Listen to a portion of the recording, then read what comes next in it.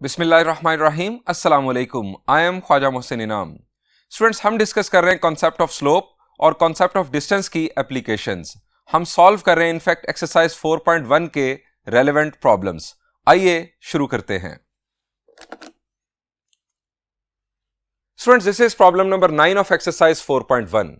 Statement is find h such that the points A, B and C are vertices of a right triangle with right angle at the vertex A. Students, बहुत ही आसान अल्फाज हैं, हमें बताया जा रहा है कि A, B, C एक राइट ट्राइंगल है, राइट एंगल वर्टेक्स A पर बन रहा है। हमें H की वैल्यू मालूम करनी है। H है पॉइंट A का एब्सिसा यानी x कोऑर्डिनेट। स्टूडेंट्स, अगर हम इसकी एक रफ डायग्राम बना लें, इस राइट ट्राइंगल की एक रफ डायग्राम बना लें, तो हमें बहुत आसानी होगी प्लान करने में कि इसे किस तरह सॉल्व किया जा सकता है। सो एक रफ डायग्राम बनाते हैं। एक राइट ट्राइंगल हमें बनानी है।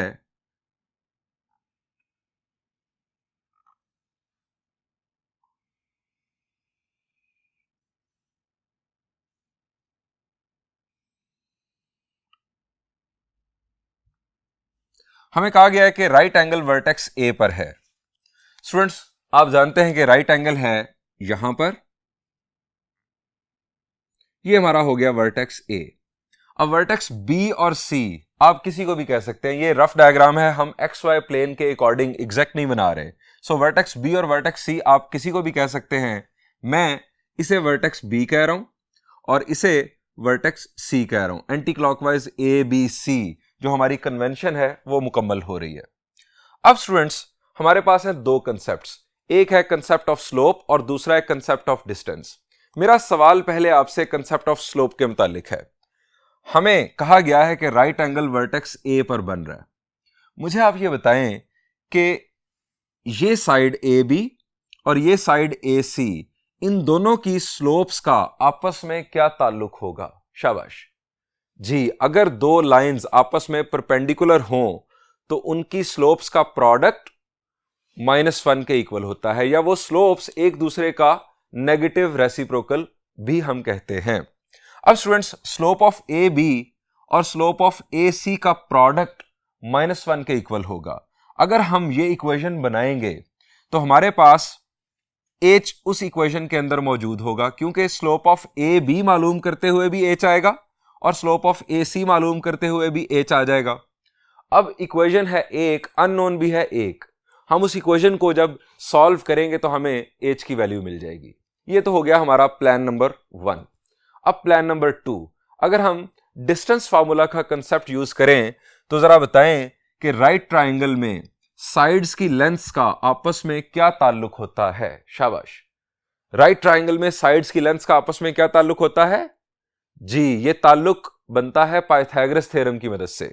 पाइथागोरस थ्योरम में आप जानते हैं कि जो हाइपोटेन्यूज का स्क्वायर है वो परपेंडिकुलर और बेस के स्क्वायर के सम के इक्वल होता है। Hypotenuse square is equal to perpendicular square plus base square. इन दोनों साइड्स में आप किसी को भी परपेंडिकुलर किसी को भी बेस कह ले, इसे कोई फर्क नहीं पड़ेगा। हाइपोटेन्यूज आपका हमेशा राइट एंगल की अपोजिट साइड होती है। Hypotenuse square will be equal to perpendicular square plus base square.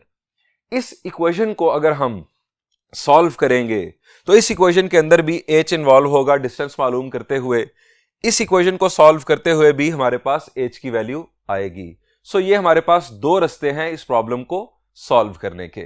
मैं इन दोनों तरीकों से इस प्रॉब्लम को सॉल्व करूंगा। आपको जो मेथड ज्यादा बेहतर लगे, सिंपल लगे, आप उसको कंटिन्यू कर सकते हैं। एक और भी मामला हो सकता है कि एग्जाम में आप पर रिस्ट्रिक्शन हो कि आप इसे यूजिंग स्लोप कैलकुलेट करें। हो सकता है आप पर रिस्ट्रिक्शन हो कि यूजिंग डिस्टेंस फार्मूला इसे इवेल्युएट करें। सो दोनों ऑप्शंस आपके पास आ जाएंगे और आप इस प्रॉब्लम के रेलेवेंट प्रॉब्लम्स भी आप खुद सॉल्व करके प्रैक्टिस कर सकेंगे। सो स्टूडेंट्स, स्टार्ट करते हैं। हम यहां लिखेंगे as it is given that right angle is at vertex A। ये हमें गिवन है कि right angle eight vertex A है। दिस मीन्स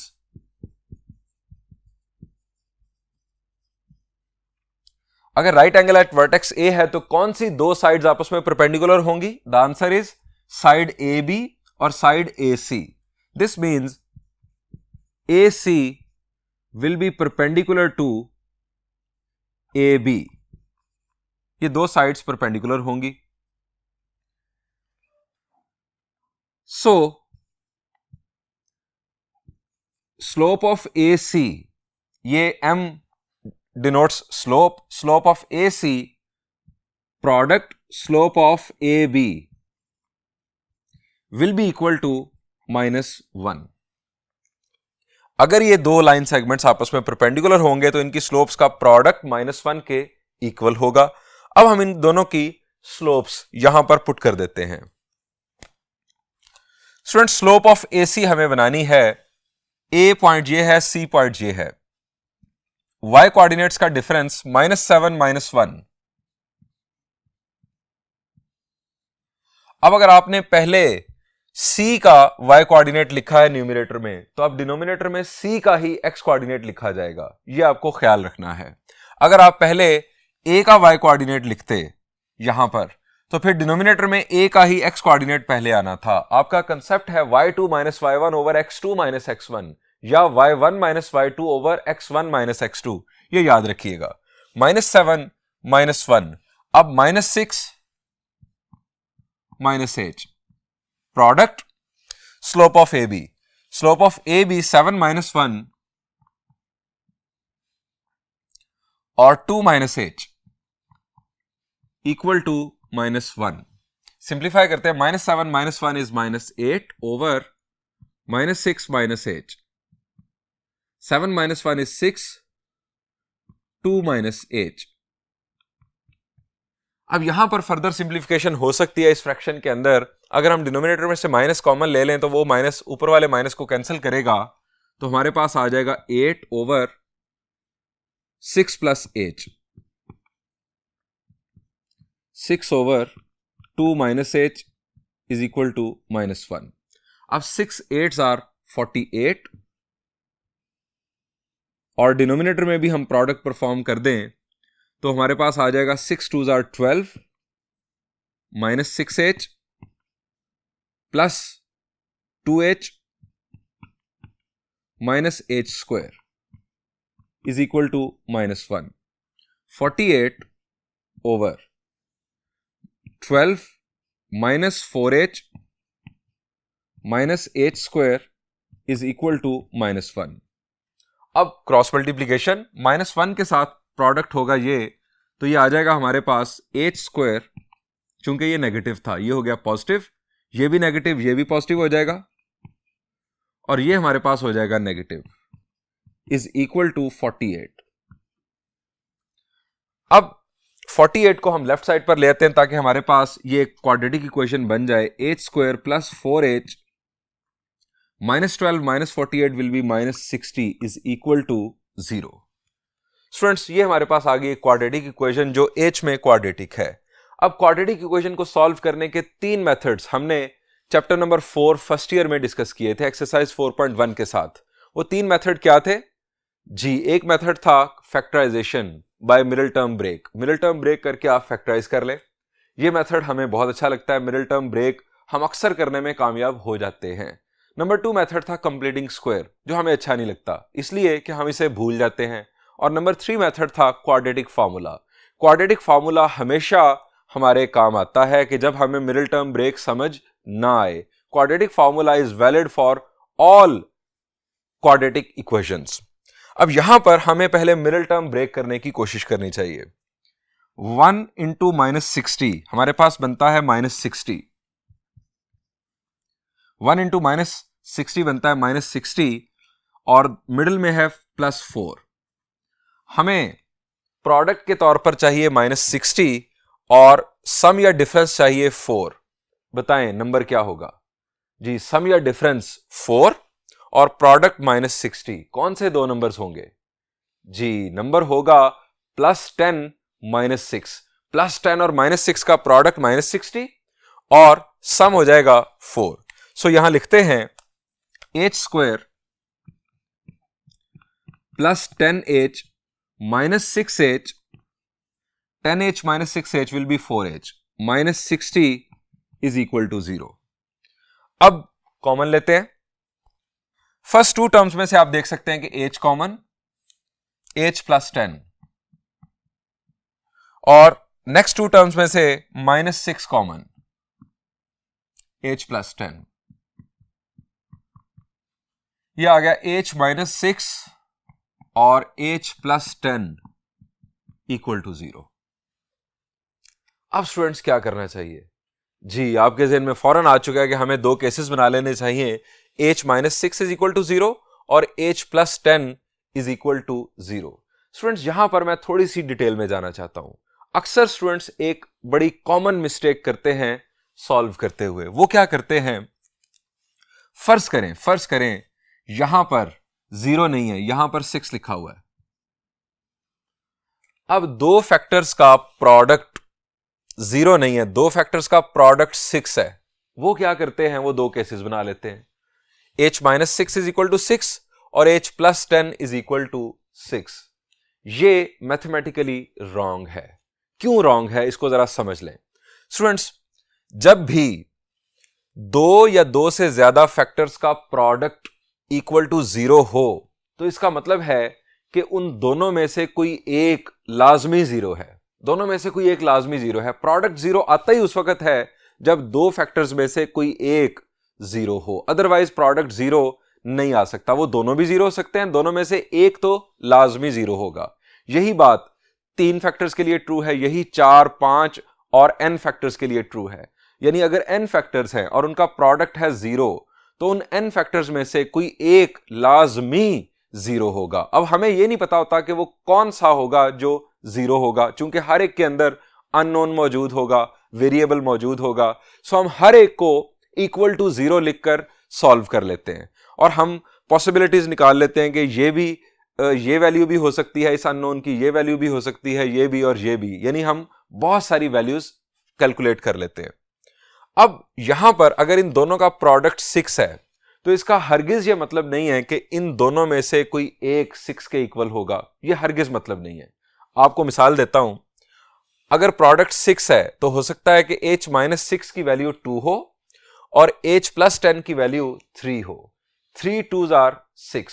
दोनों में से कोई भी 6 नहीं है लेकिन प्रोडक्ट 6 आ रहा है. सिर्फ और सिर्फ 0 की सूरत में यह मुमकिन है कि किसी एक की वैल्यू लाजमी 0 होगी. तो स्टूडेंट्स, ये गलती आपने दोबारा नहीं करनी. एक और बात भी आपको यहां बताना चाहता हूं. अभी इसको हटा देते हैं 6 को, इसकी हमने अब इसको डिस्कस कर लिया. एक और चीज, फर्ज करें कि यहां पर 3 लिखा होता. अब ये बन गए 3 फैक्टर्स, 1, 2 और 3. इन तीनों का प्रोडक्ट 0 है. अब क्या आप 3 केस बनाएंगे? यानी 3 is equal to 0, h minus 6 is equal to 0 और h plus 10 is equal to 0. इनमें से कौन सा मैंने केस गलत बनाया? द आंसर इज सबसे पहले वाला. 3 इज इक्वल टू 0 नहीं हो सकता. इसका मतलब यह भी है कि जब भी दो या दो से ज्यादा फैक्टर्स का प्रोडक्ट 0 के इक्वल हो तो आप हर उस फैक्टर को इक्वल टू 0 लेंगे जिसके अंदर अननोन मौजूद हो. h, x, t, s, y, जो भी अल्फाबेट यूज हुआ होगा, हर उस फैक्टर को आप इक्वल टू 0 लेंगे जिसके अंदर अननोन होगा. लेकिन कांस्टेंट को, रियल नंबर को इक्वल टू 0 आप नहीं लेंगे. सो यहां पर अगर 3 लिखा भी होता तब भी आपने 2 ही केसेस बनाने थे, 3 केसेस नहीं बना सकते. सो अब हम कंटिन्यू करते हैं. हमारे यहां 2 केसेस यहां पर h minus 6 is equal to 0 और दूसरा है h plus 10 is equal to 0. यहां से h की वैल्यू आ गई 6 और यहां से h की वैल्यू आ गई -10.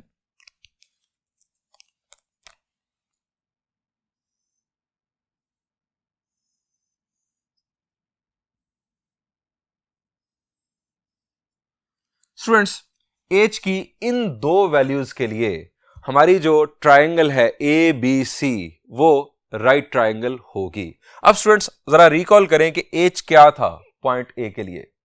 जी, h पॉइंट A का एब्सिसा था, यानी x कोऑर्डिनेट था.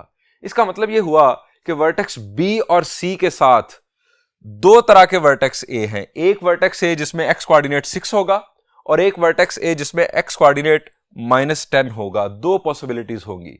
स्टूडेंट्स, मैं आपको विजुअलाइज करवाना चाहता हूं नेक्स्ट बोर्ड पर कि ये राइट ट्रायंगल किस तरह की होगी, यानी ये दो पॉसिबिलिटीज किस तरह से बनेगी। आइए आपको एक्स वाई प्लेन दिखाता हूं। स्टूडेंट्स, ये आप देख रहे हैं इस वक्त एक्स वाई प्लेन। स्टूडेंट्स, इसमें सबसे पहले हम पॉइंट बी और पॉइंट सी लोकेट करते हैं। ये आ गया एक्स और वाई कोऑर्डिनेट्स के हिसाब से पॉइंट बी, और ये आ गया पॉइंट सी अपने एक्स और वाई कोऑर्डिनेट्स के लिहाज से। अब स्टूडेंट्स, हमारे पास पॉइंट ए का एक्स कोऑर्डिनेट मिसिंग था। हमें अब यहां पर दो वैल्यूज मिल चुकी हैं, एक है 6 और एक है -10। अब अगर एक्स कोऑर्डिनेट पॉइंट ए का 6 हो तो उस सूरत में वर्टेक्स ए यहां पर होगा। ये स्टूडेंट्स ए, बी और सी को ज्वाइन करने से हमें मिल गई एक राइट ट्रायंगल। अब स्टूडेंट्स, अगर हम एक्स कोऑर्डिनेट को चेंज कर दें, यानी 6 की बजाय हम -10 कर दें, तो उस सूरत में डेफिनेटली वर्टेक्स ए अपनी जगह बदलेगा। अब वर्टेक्स ए अगर जगह बदलेगा तो ये इसकी नई लोकेशन होगी। अब स्टूडेंट्स, आप दोबारा देखें कि अगर आप ए, बी और सी को ज्वाइन करते हैं तो अगेन एक राइट ट्रायंगल बनती है। दोनों सूरतों में आपने देखा कि जो राइट एंगल है वो वर्टेक्स ए पर ही बन रहा है। सो स्टूडेंट्स, ये होगी हमारी रियल विजुअलाइजेशन इस प्रॉब्लम की। स्टूडेंट्स, हमने बात की थी कि हम इसे दो तरह से सॉल्व करेंगे। अभी हमने इसे कंसेप्ट ऑफ स्लोप की मदद से सॉल्व किया है। आइए अब इसे डिस्टेंस फार्मूला की मदद से सॉल्व करते हैं।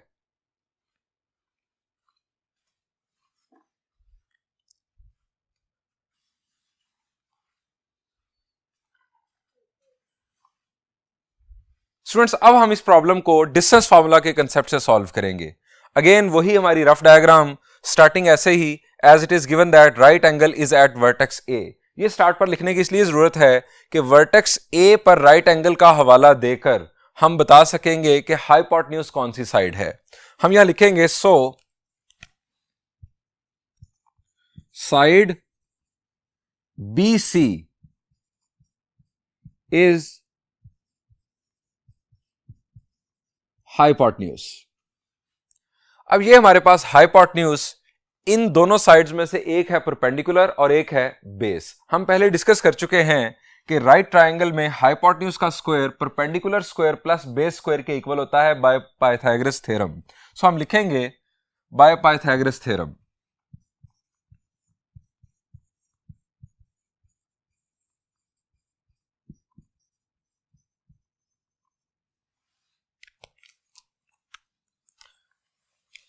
Hypotenuse square is equal to perpendicular square plus base square.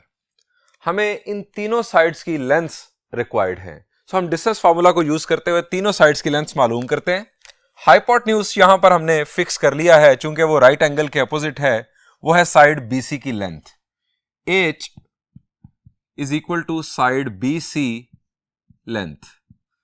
अब हम यूज करेंगे डिस्टेंस फार्मूला। डिस्टेंस फार्मूला का कंसेप्ट हमेशा याद रखें, square root of difference of abscissas का square plus difference of ordinates का स्क्वायर। आप ये डिफरेंस किसी तरह से भी ले सकते हैं, कोई जरूरी नहीं कि आप पहले पॉइंट बी का एक्स कोऑर्डिनेट लिखें या पॉइंट सी का एक्स कोऑर्डिनेट लिखें। आपने लेना है डिफरेंस, स्क्वायर होने से आपका रिजल्ट वही आ जाएगा। अब बी सी डिस्टेंस, ये बी और ये सी, 2 माइनस -6 तो ये बन जाएगा +6 प्लस डिफरेंस ऑफ ऑर्डिनेट्स 7 -7 से बन जाएगा +7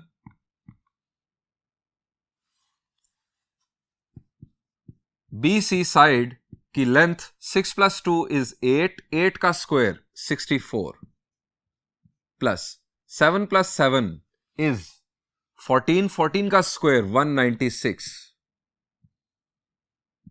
स्क्वायर रूट। अब 196 + 64 is 160, sorry 260, it is 260 square root. अब ये फर्दर हमें इवेल्युएट करने की जरूरत नहीं है, चूंकि ये हमारे पास वैल्यू है, जब यहां पर पुट होगी तो स्क्वायर आने से ये स्क्वायर रूट वैसे ही कैंसिल हो जाएगा। सो हमें फर्दर इवेल्युएशन करने की इसकी जरूरत नहीं है। अब हम आते हैं नेक्स्ट टू साइड्स पर। साइड ए बी की लेंथ मालूम करते हैं।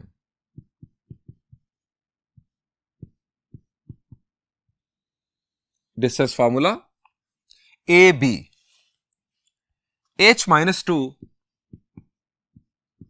का स्क्वायर प्लस 1 - 7 या 7 - 1, जो मर्जी लिखे। मैं 7 - 1 जानबूझकर लिख रहा हूं ताकि आपको याद रहे कि हमें डिफरेंस लेना है। इनफैक्ट वो आप जिस तरह मर्जी आपको आसान लगे आप कर सकते हैं। h-2 होल स्क्वायर आप ओपन कर दें, h² + 4 - 4h प्लस 7 - 1 इज 6 का स्क्वायर 36 स्क्वायर रूट।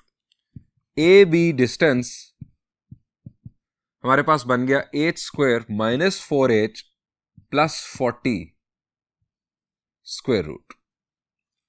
अब ए सी डिस्टेंस हमें मालूम करना है। ए सी डिस्टेंस, साइड ए सी की लेंथ, ए और C. h - 6 is h + 6, 1 - 7 1 + 7। A C side की लेंथ, h + 6 का स्क्वायर ओपन कर दें, h² + 36 + 12h प्लस 7 + 1 इज 8, 8 का square 64।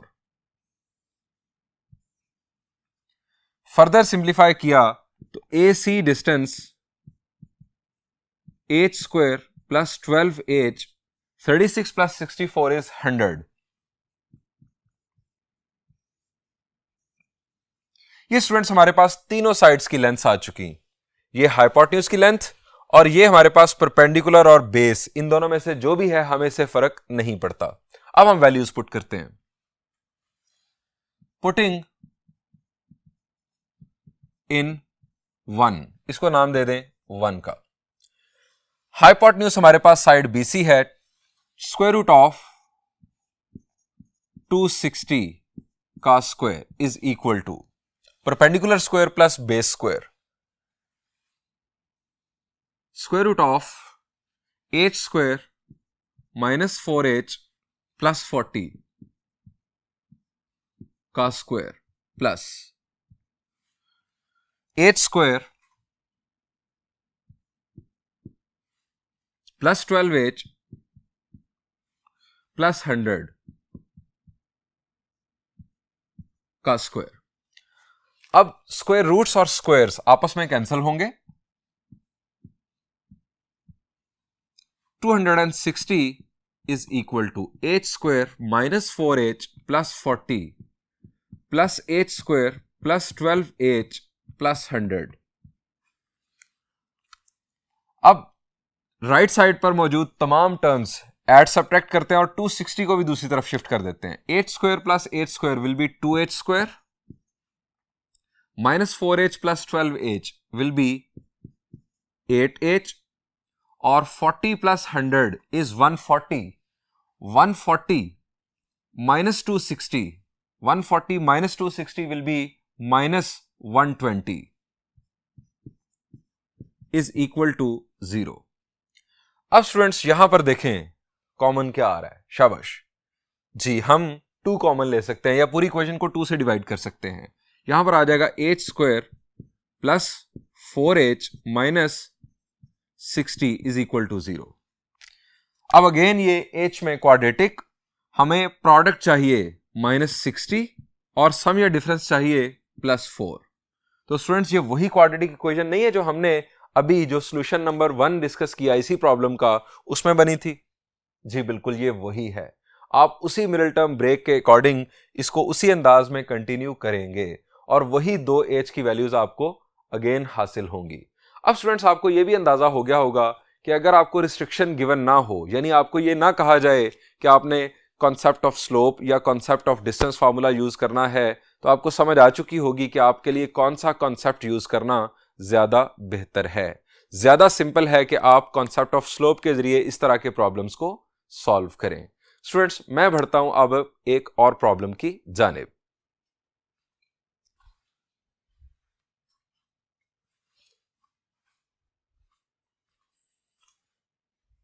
Students, this is problem number 12 of exercise 4.1.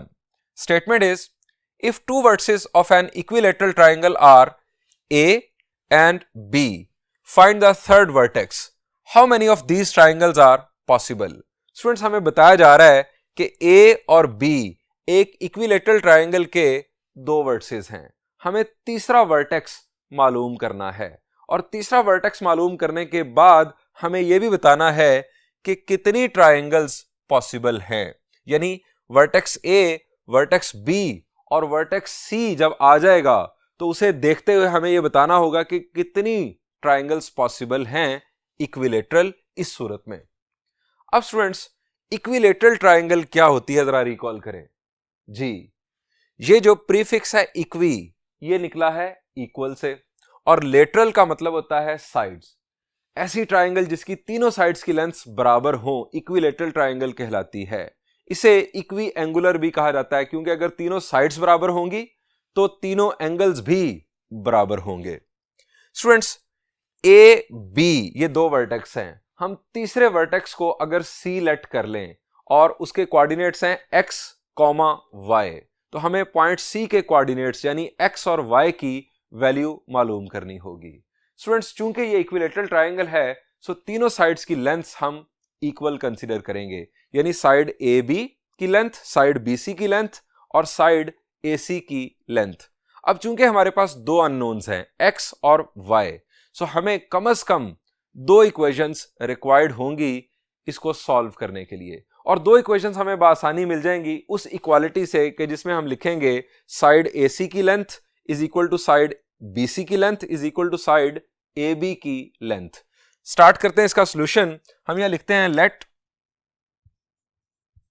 C x comma y be third vertex as it is given that it is an equilateral triangle. So, side AB की length, side BC की length और side AC की length बराबर होगी। अब students, हम इन तीनों sides की लेंथ्स पहले अलग अलग इनके एक्सप्रेशंस बना लेते हैं। सबसे पहले देखते हैं A B.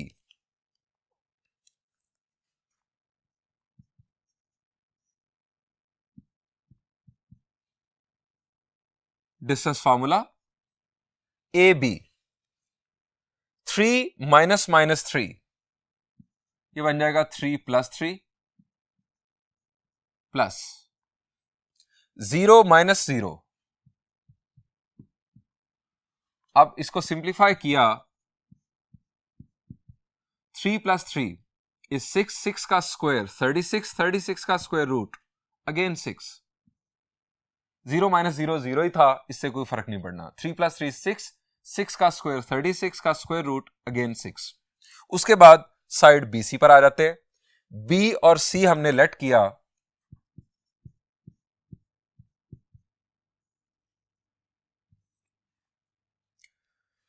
x minus 3 plus y minus 0। अब ये स्क्वायर ओपन कर लेते हैं, x square plus 9 minus 6x plus y square.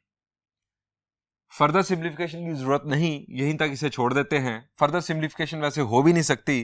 Next है हमारे पास AC लेंथ।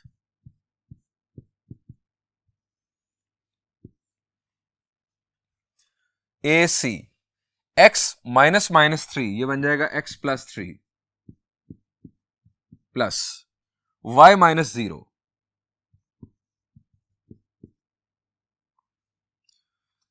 इसका भी स्क्वायर ओपन करते हैं, x square plus 9 plus 6x plus y square. ये स्टूडेंट्स हमारे पास आ गई साइड AC की लेंथ। अब ये तीनों लेंथ्स आपस में इक्वल हैं। अब स्टूडेंट्स हम यहां से 3 इक्वेशंस बना सकते हैं। आप AB is equal to BC कर सकते हैं, आप BC is equal to AC कर सकते हैं, और आप AB is equal to AC भी कर सकते हैं। आपको चाहिए 2 इक्वेशंस, क्योंकि आपके पास 2 अननोन्स हैं x और y। उन 2 इक्वेशंस को साइमल्टेनियसली सॉल्व करने से आपको x और y की वैल्यूज मिलेंगी। लेकिन स्टूडेंट्स अगर हम एक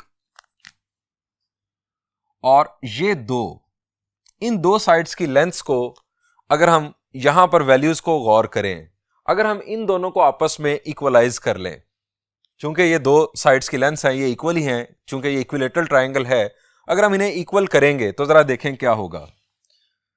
ये जब दोनों इक्वल होंगे तो स्क्वायर रूट्स कैंसिल हो जाएंगे स्क्वायर लेने से, एक्स स्क्वायर के साथ कैंसिल हो जाएगा, वाई स्क्वायर के साथ कैंसिल हो जाएगा। हमारे पास एक अननोन रह जाएगा, दैट विल बी एक्स। हमें एक्स की वैल्यू मिल जाएगी direct.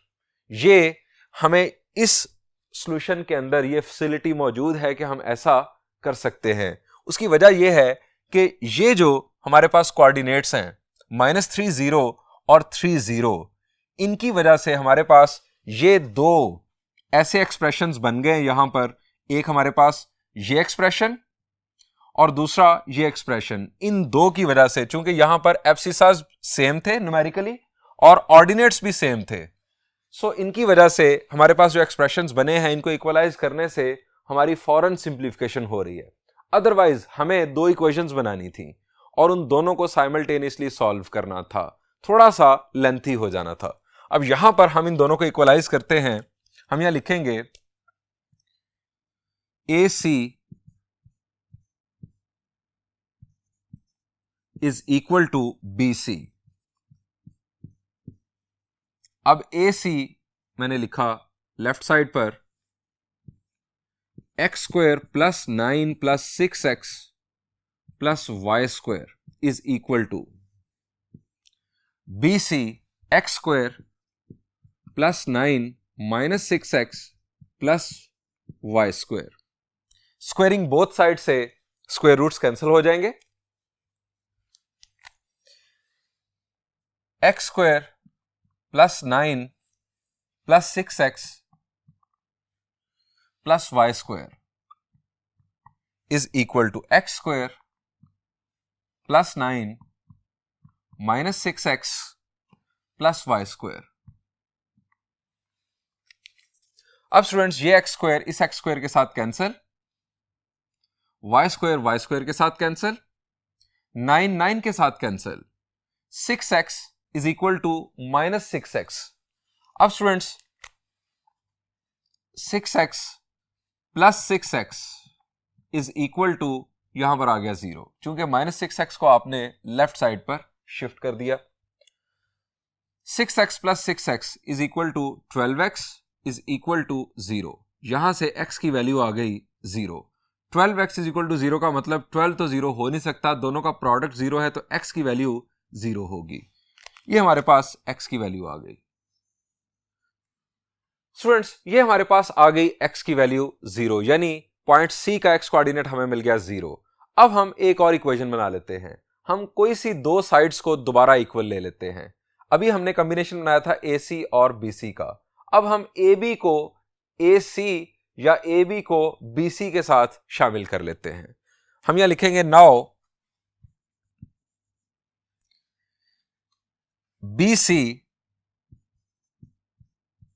Is equal to AB। ये साइड्स भी इक्वल हैं, हम जानते हैं कि ये इक्विलेटरल ट्रायंगल है। BC लेंथ हमारे पास है square root x square plus 9 minus 6x plus y square is equal to, right पर है हमारे पास 6। अब स्टूडेंट्स ये स्क्वायर रूट कैंसिल करना है, सो दोनों तरफ स्क्वायर लेते हैं। यह आ जाएगा x square plus 9 minus 6x plus y square is equal to 36।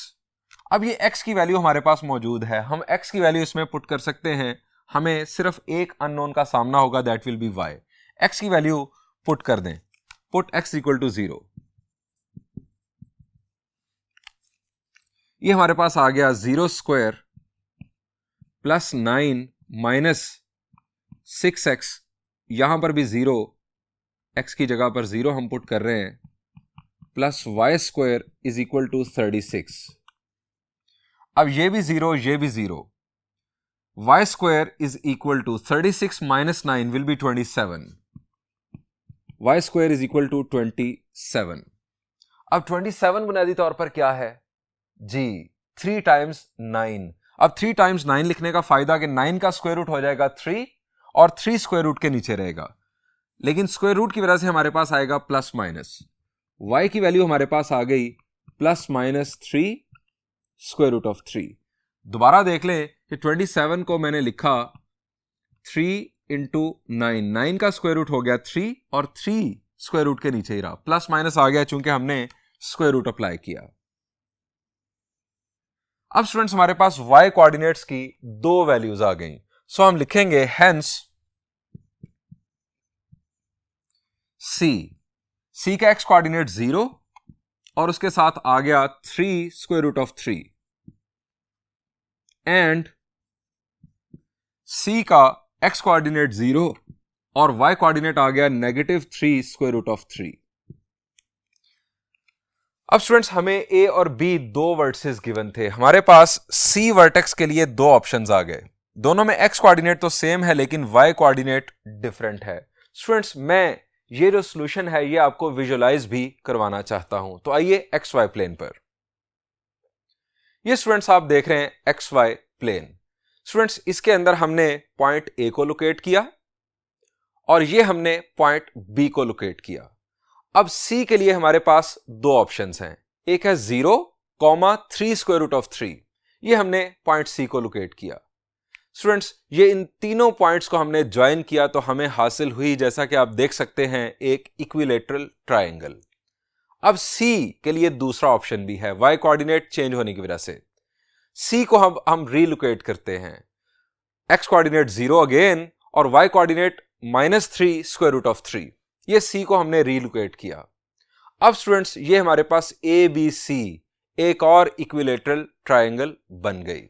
Students इसका मतलब है हमें पूछा भी गया था सवाल के अंदर कि how many of these triangles are possible, C के दो हमारे पास ऑप्शंस आ गए हैं, so there are 2 possible triangles. हम यहां कंक्लूड करते हैं hence there are 2 possible triangles. Students ये लेक्चर और इससे पिछला लेक्चर जो हमने डिस्कस किया, इन दो लेक्चर्स की बुनियाद पर अब जरा गौर से सुन लीजिएगा और नोट कर लीजिएगा कि आप कौन कौन से प्रॉब्लम्स खुद सॉल्व करने के काबिल हैं। स्टूडेंट्स सबसे पहले एक्सरसाइज 4.1 का प्रॉब्लम नंबर 6 आप सॉल्व कीजिएगा। उसके बाद आप पेज नंबर 181 पर एग्जाम्पल 1, पेज नंबर 192 पर एग्जाम्पल 1, पेज नंबर 193 पर एग्जाम्पल नंबर 2 और एक्सरसाइज 4.3 के भी 3 प्रॉब्लम्स हैं जो आप सॉल्व कर सकते हैं, that is problem number 3, problem number 4 और problem number 6। Thank you and Allah Hafiz.